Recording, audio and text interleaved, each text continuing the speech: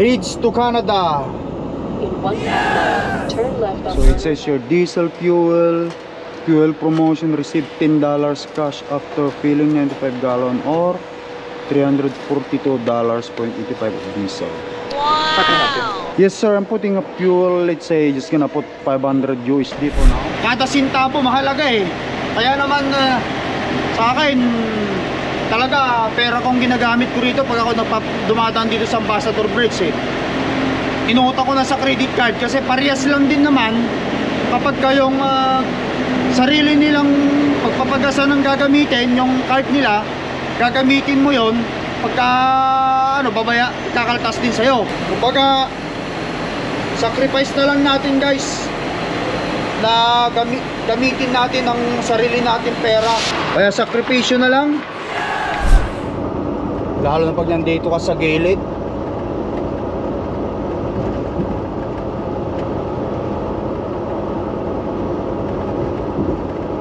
Sarap sana mayroong dito, yung kapag may drone. Right you guys, good morning, good morning, good morning. Nandito na tayo ngayon sa Michigan. Biyahing tayo, Moncton, Nova Scotia.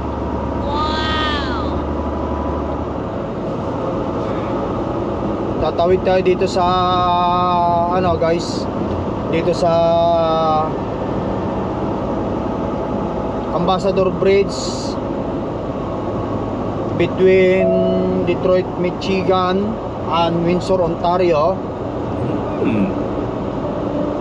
Sana hindi masyadong matraffic ngayon or hindi busy ang border, kasi minsan dito sa Ambassador busy rin ang border dito eh. Tsaka titignan natin kung pahihintuin tayo dito sa guys, Ambassador, kasi may mga video rin tayong dyan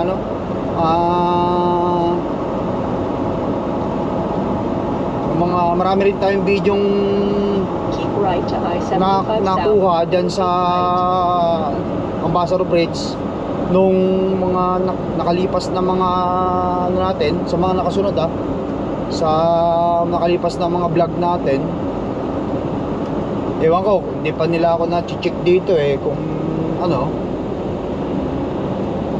pero usually lahat ng aking mga vlog talagang na-delete ko na rin yung mga yung mga nasa border ako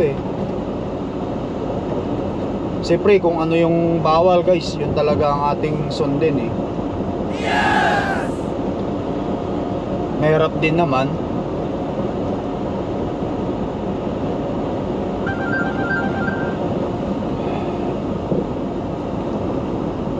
Bridge to Canada.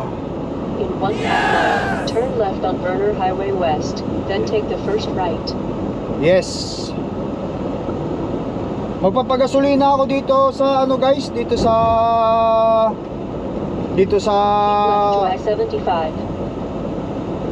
Ambassador fuel station, dito sa may duty free. Kasi ito yung pinakamurang gasolinahan dito sa Amerika. As far as I know, ito yung pinakamurang gasolinahan dito sa dito sa US. Kasi akalain mo yung mga binibigay sa aming fuel na price ng company, tapos i-compare ko doon sa presyo kung saan bibiling ko dito, ang laki ng matitipid ko Kanya nga lang dito, kailangan gamitin mo yung sarili mong pera. Halos parehas lang din naman. Kasi ang gagamitin natin is yung pera nila o yung fuel card nila, kakaltasin din sa atin yon. So kung pera natin ang gagamitin natin, siyempre babayaran tayo kasi hindi naman nila pera yung ginamit. At tapos yung credit card natin, kung yun ang ginamit natin, babayaran mo na lang din. Halos parehas lang, pero kung pera mong ginamit mo dito, mas makakatipid ka pa lalo. Pagkano ang diesel nila? 3.60 per gallon. Tapos doon sa pinagpapagasolinahan natin, pinakamura sa Flying J, kasi yun ang ng ating company, Ayan guys, 3.60 ang presyo ng gasolina, US gallon. $4.02. So 60 cents ang savings ko nun agad-agad. Okay, so sana mayroon silang DE Alright, diba ko lang ganyan para sana mayroon silang DE guys. Okay, so since ko lang sarili ko ng off duty muna, tapos pupunta tayo sa loob guys, magbayad tayo doon, bayaran natin yung ano doon, itong gas muna natin bago tayo dire-diretso. Tara guys.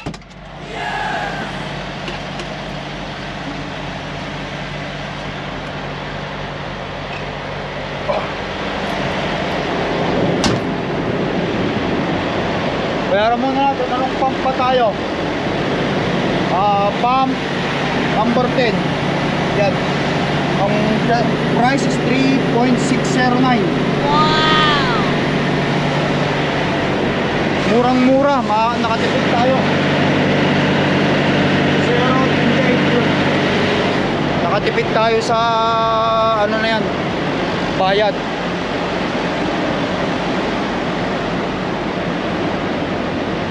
Kaya lahat ng mga ano rin dito rin nagpapagasolina mga kaibigan kasi mas nakakamura sila.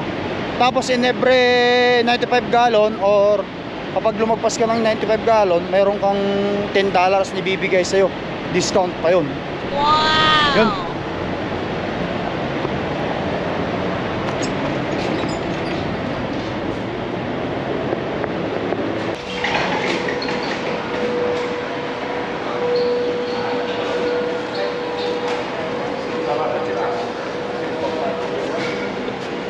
Okay, so 10.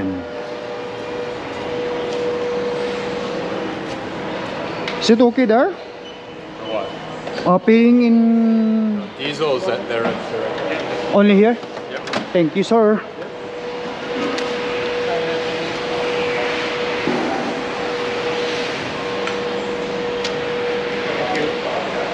Hi. Hi. Diesel?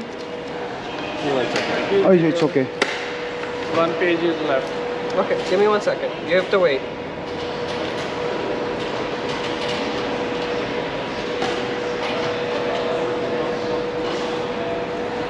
So it says your diesel fuel promotion, receive $10 cash after filling 95 gallon or $342.85 of diesel.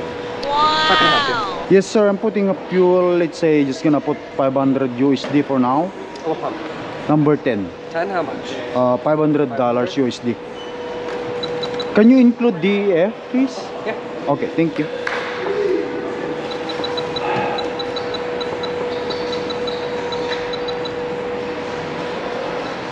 You said what pump again? Number 10.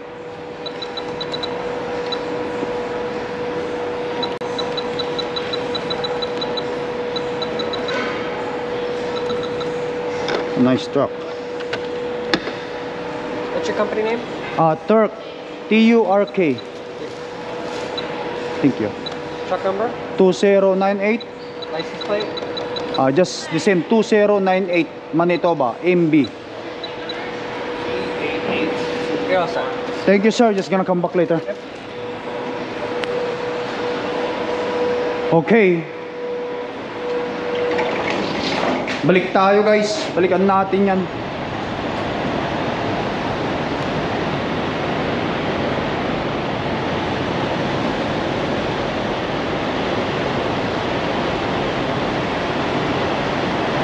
Balikan natin.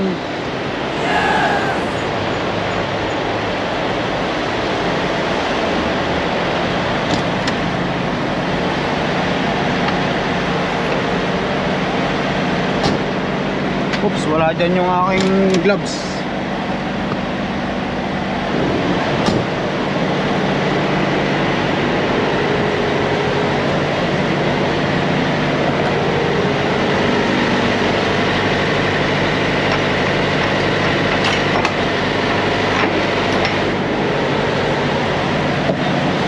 Okay, 0-0.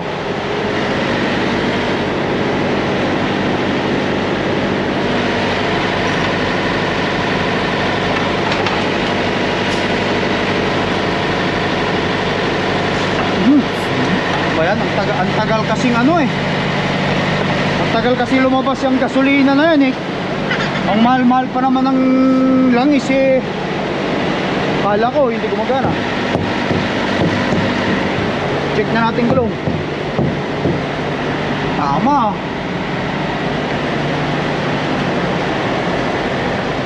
Fuel 3/4 pa.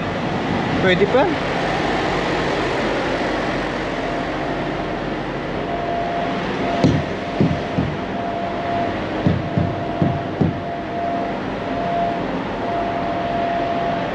Okay, ilaw sealed. Hindi naman siya natatanggal, no? Hindi lang talaga may siksik sa kaloob-looban. Mamaya kasi may meat inspection tayo dyan, guys eh. Tatanggalin niya, papalitan na lang ng ano, ng sealed.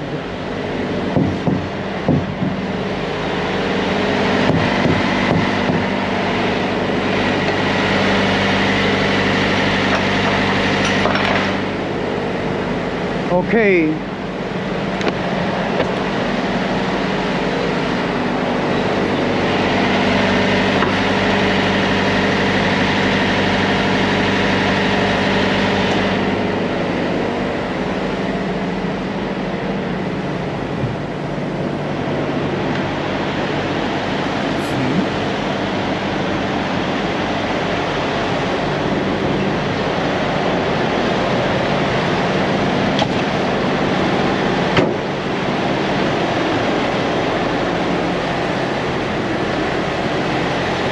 Ayan guys, 76, aabot ito ng mga 95, baka sobra pa. Pag may $95 na lumagpas, mayroon tayong $10 na ibibigay pa sa atin. Nakita naman natin yung ano doon. Kumbaga sa ano, i-sacrifice natin yung pagpapagasolina rito bilang owner operator. Kada sintabo mahalaga eh. Kaya naman sa akin, talaga pera kong ginagamit ko rito pag ako dumadaan dito sa Ambassador Bridge eh. Inuutang ko na sa credit card kasi parehas lang din naman kapag kayong sarili nilang pagpapagasan ng gagamitin, yung card nila, gagamitin mo yon pagka ano, babaya, kakaltas din sa'yo. Ngayon, pera ko ito, siyempre hindi ko ginamit yung card nila, hindi nila, wala silang babayaran, wala ang kakaltasin sa akin. So ang mangyayari, ibabawas ko na lang dun yung aking expenses na lang, pero sasubmit ko pa rin yung resibo para magtali yung tax ko, ng fuel tax ko dun sa ginagawa natin pagka-tracking. Yan, no, pagpas na 108, 109. Ito pa.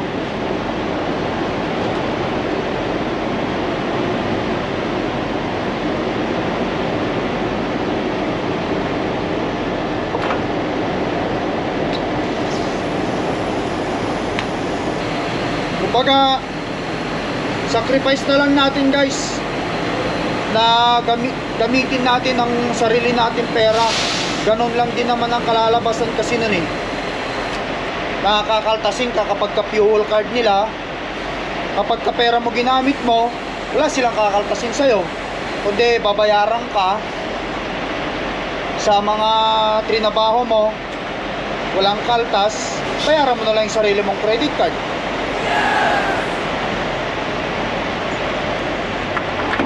Ay, sa kabila.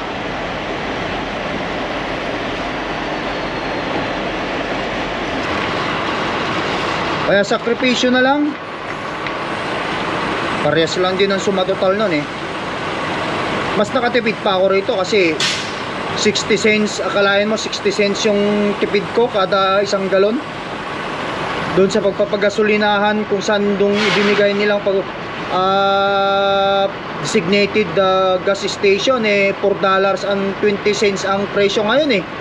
Dito $3.60 eh. Hindi mo rin kasi pwedeng gamitin dito yung card na binigay nila eh, yung para sa fuel card, kasi hindi pwede rito.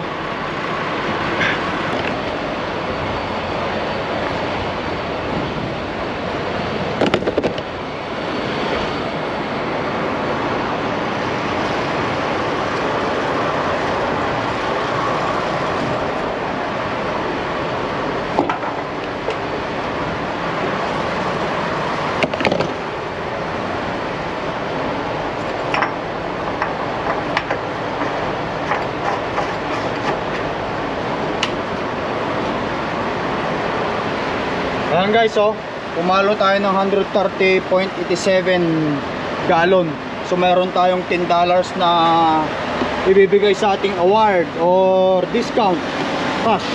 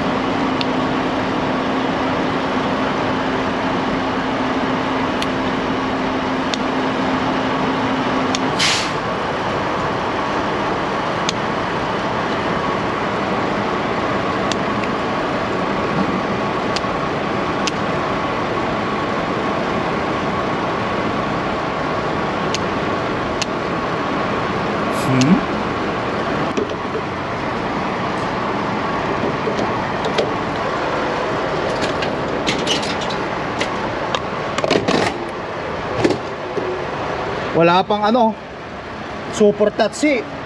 Walang pakinabang yung ganyang klase ng ano.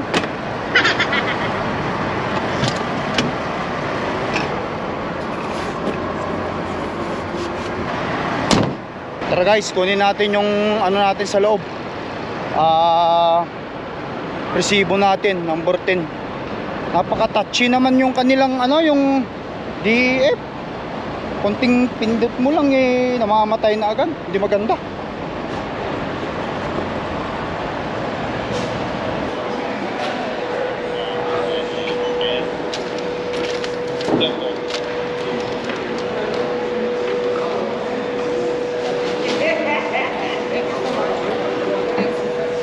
Meron tayong cash na $10.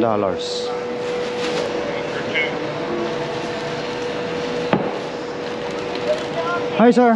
Hi. Pop number 10 receipt please.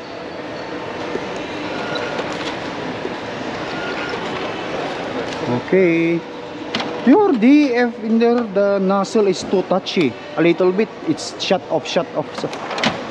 I'll let maintenance know. Yeah. That's why I did not put Sign too there. much in there. Whatever here? Yeah, Yes. it doesn't matter. Sign anywhere. Alright, right there. I'll let maintenance know it's what, pump 10? Yeah. Thank you. And I have $10, right? Alright, Yeah, $10. perfect. Thank you, sir. Good Lord. May 10 pa ako. Tara, hindi na tayo magpapatumpik-tumpik pa. Para makarating pa tayo doon sa ano.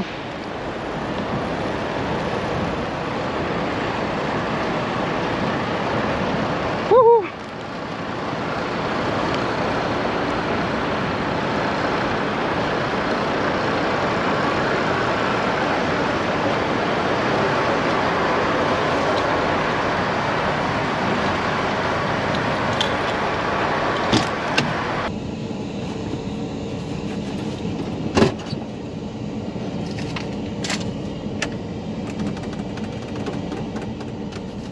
Ayan guys, meron pa tayong $10 na binigay sa atin, no? Dahil sumobra tayo ng 95 gallon sa pagpapagasolina rito, nakasave pa ako ng 60 cents per gallon. So may nailagay tayo dito na almost ang nalagay nating gallon dito ay sa 131. So 131 gallon. O i-compute ko, 131 gallon times 0.60 cents, lumalabas na 78.6 USD. Tapos ang palit nun times 1.35 ngayon. So meron akong $106 Canadian dollars na savings. So itatabi ko lang muna dito ito. Lalarga na tayo. Okay, so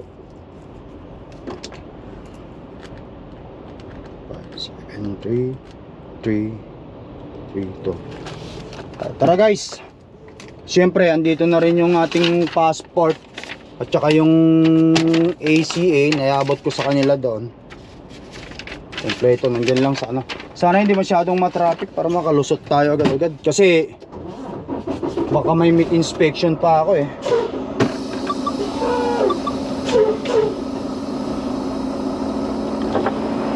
Baka ma-meat inspection pa tayo. Para sa ganun, dire-diretso tayo.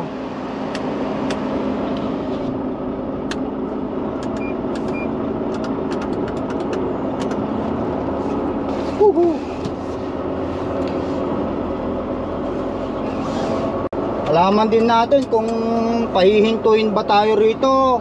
Dahil may mga vlog din tayo dito previously.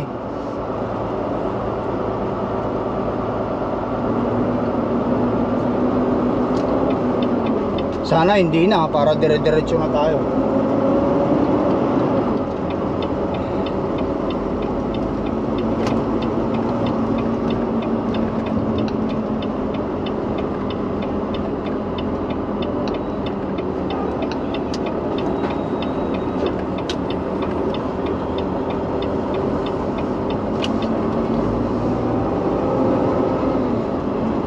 Hindi masyadong busy, at least kahit paano hindi masyadong busy. Ayun, nilagay ko yung aking susunod na pupuntahan.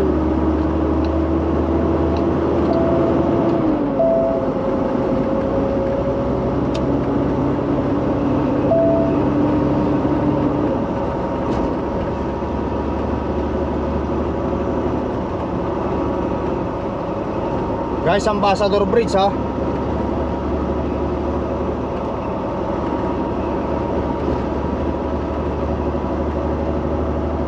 Traffic sa kabilang side oh.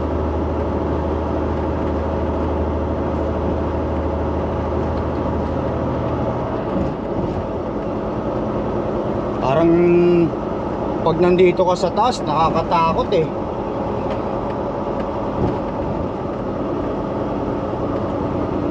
Lalo na pag nandito ka sa gilid.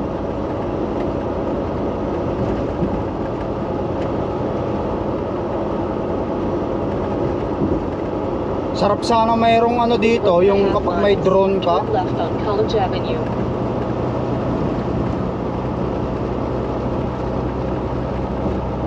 Pag malapit na ako dito sa ano guys, papatayin ko lang itong camera, mga camera natin kay ayaw nating maano eh, masita ba. Alam mo na, biiwas tayo eh. At least naman sa mga nakasubaybay at nakasunod sa atin, may mga idea na rin kayo kung paano yung sa sitwasyon ng border. Bibigay mo lang yung passport papel, tatanungin ka kung saan ka nagpunta, ganun lang naman yun.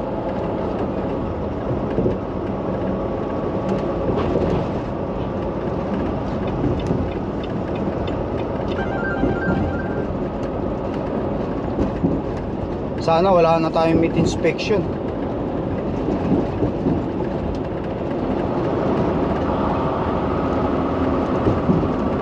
Upang sa ganun eh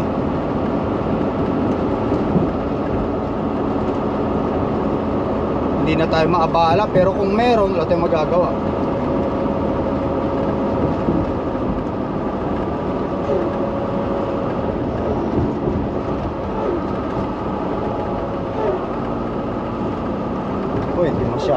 Hindi masyado ngayon, hindi masyado.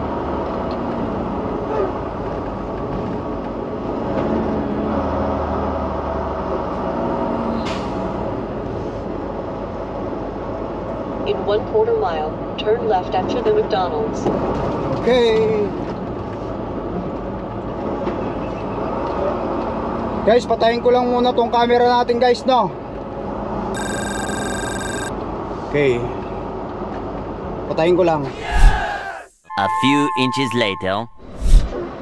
Alright you guys, nakatawid na tayo. Buhayin ko lang yung aking trailer.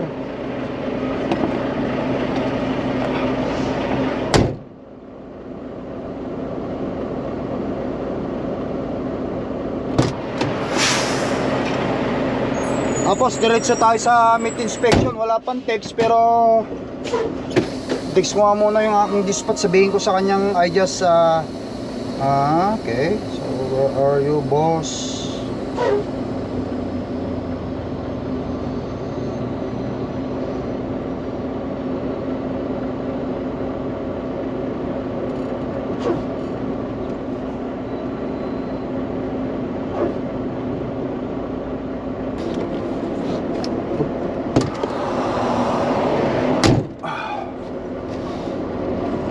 Dumiretso na lang muna tayo doon guys sa meat inspection para hindi na tayo mamroblema pa.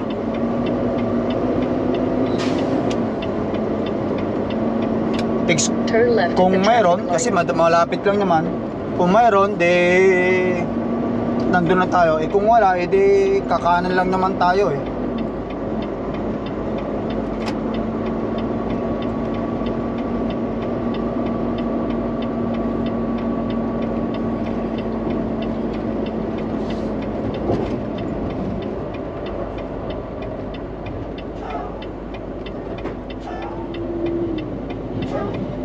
Yan guys, malapit na tayo.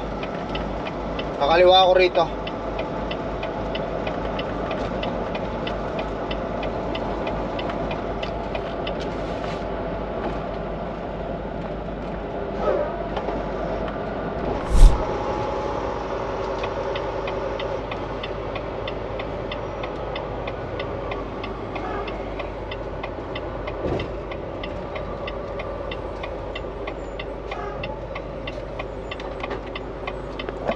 Park muna tayo dito guys. May message yung aking dispatch. Okay, so you are not uninspected. No need to go to meat inspection. We will go over your seals tomorrow before you start your day. Okay, thank you. So guys, wala nang meat inspection itong ating karga. Maswerte ako para hindi na ako maabala, no? Kaya naman pupunta na tayo sa ating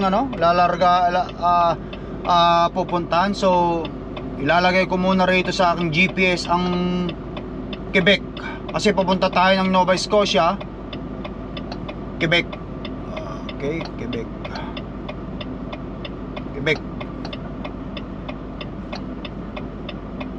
Montreal, Quebec. Lagay mo natin dito sa ating ng Montreal. Paste. Yan. Para sa ganun come on.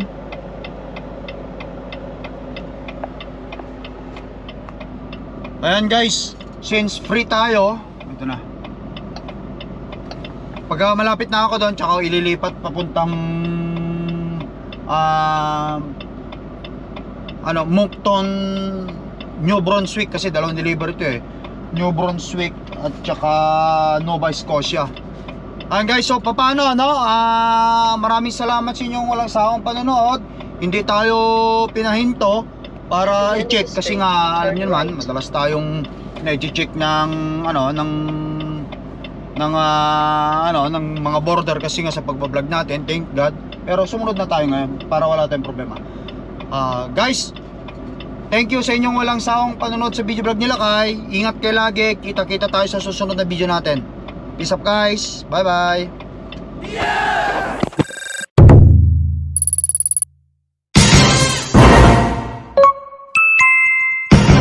Lakay Pinoy Tracker.